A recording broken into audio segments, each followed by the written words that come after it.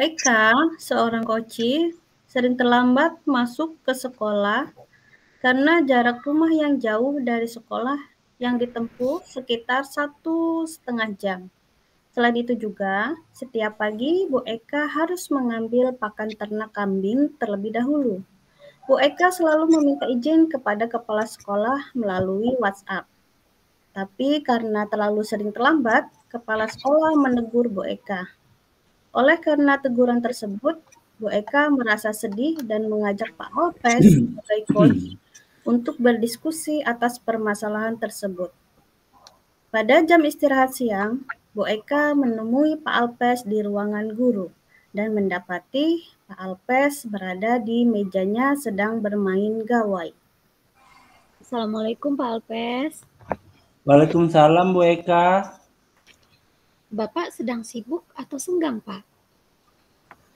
Kebetulan lagi santai aja Bu. Oh iya, ada yang bisa saya bantu? Sepertinya Ibu lagi bermuram durja, bak petir menyambar, terlelap bak malam yang menutup hari.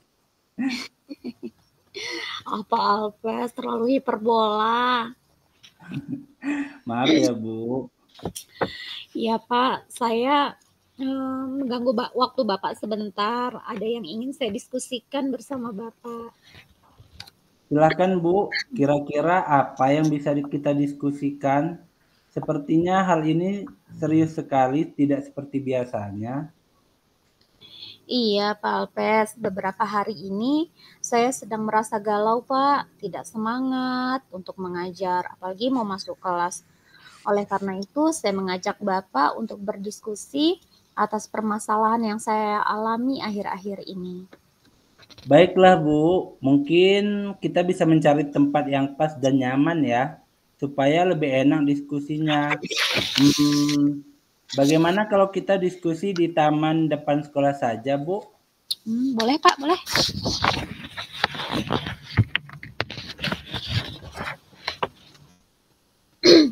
Kameranya Bu. Suaranya Bu Lis, nggak masuk.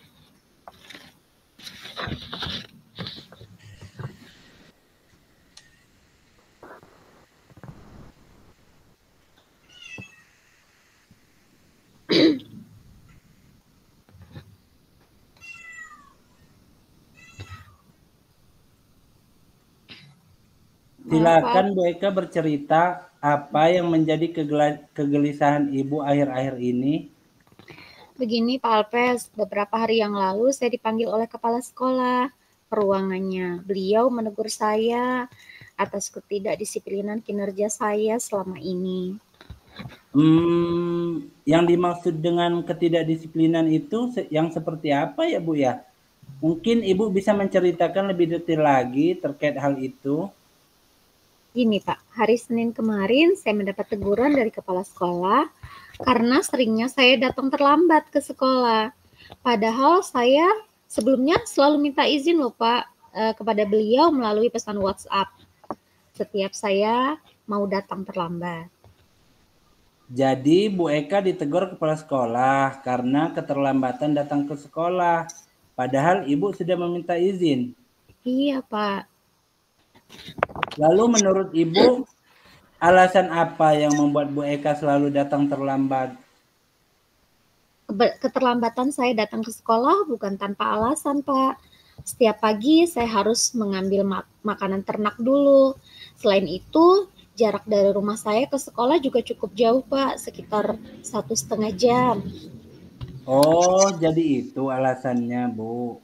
Kalau seperti itu, menurut Bu Eka, apakah tindakan Ibu terlambat masuk sekolah sudah melanggar kedisiplinan seperti yang kepala sekolah tuduhkan?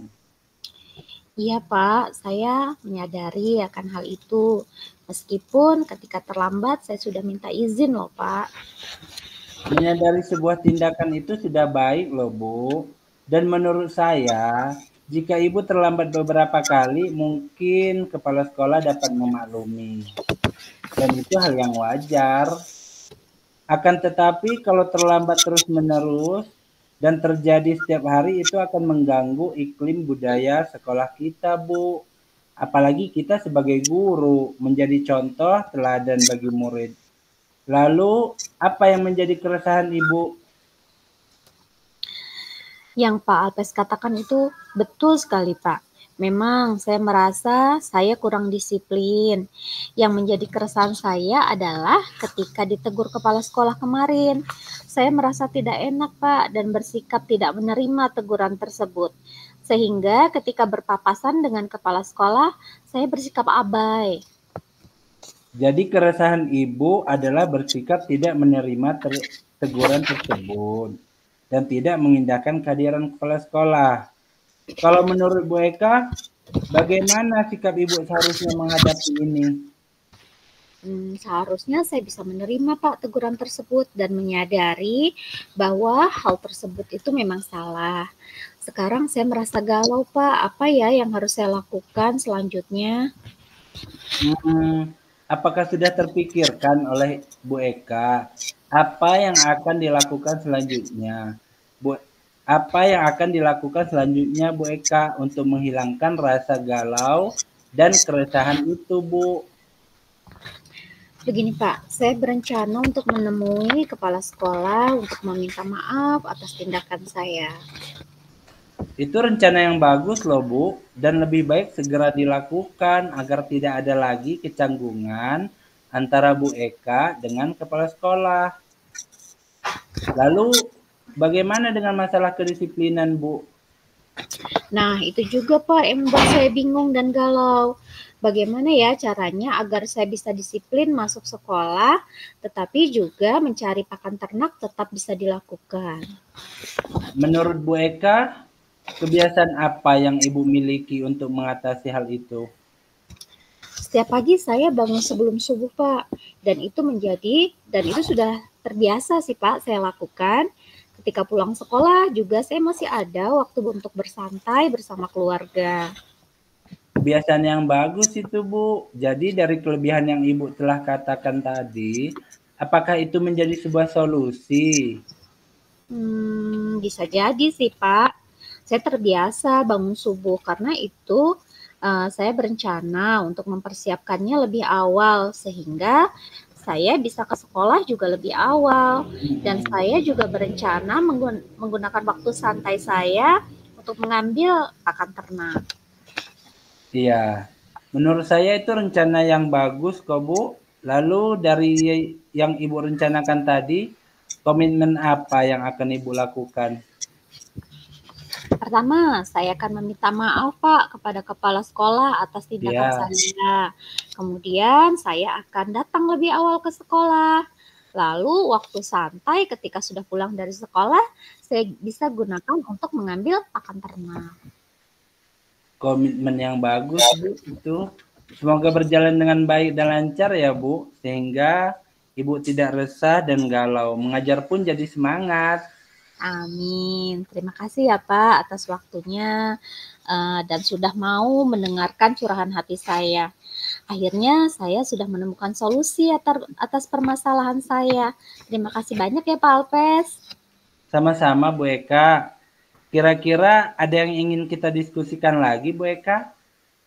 Sepertinya sementara sudah cukup sih Pak. Oh iya, mari Pak kita masuk kelas. Bel sudah berbunyi. Mari, Bu.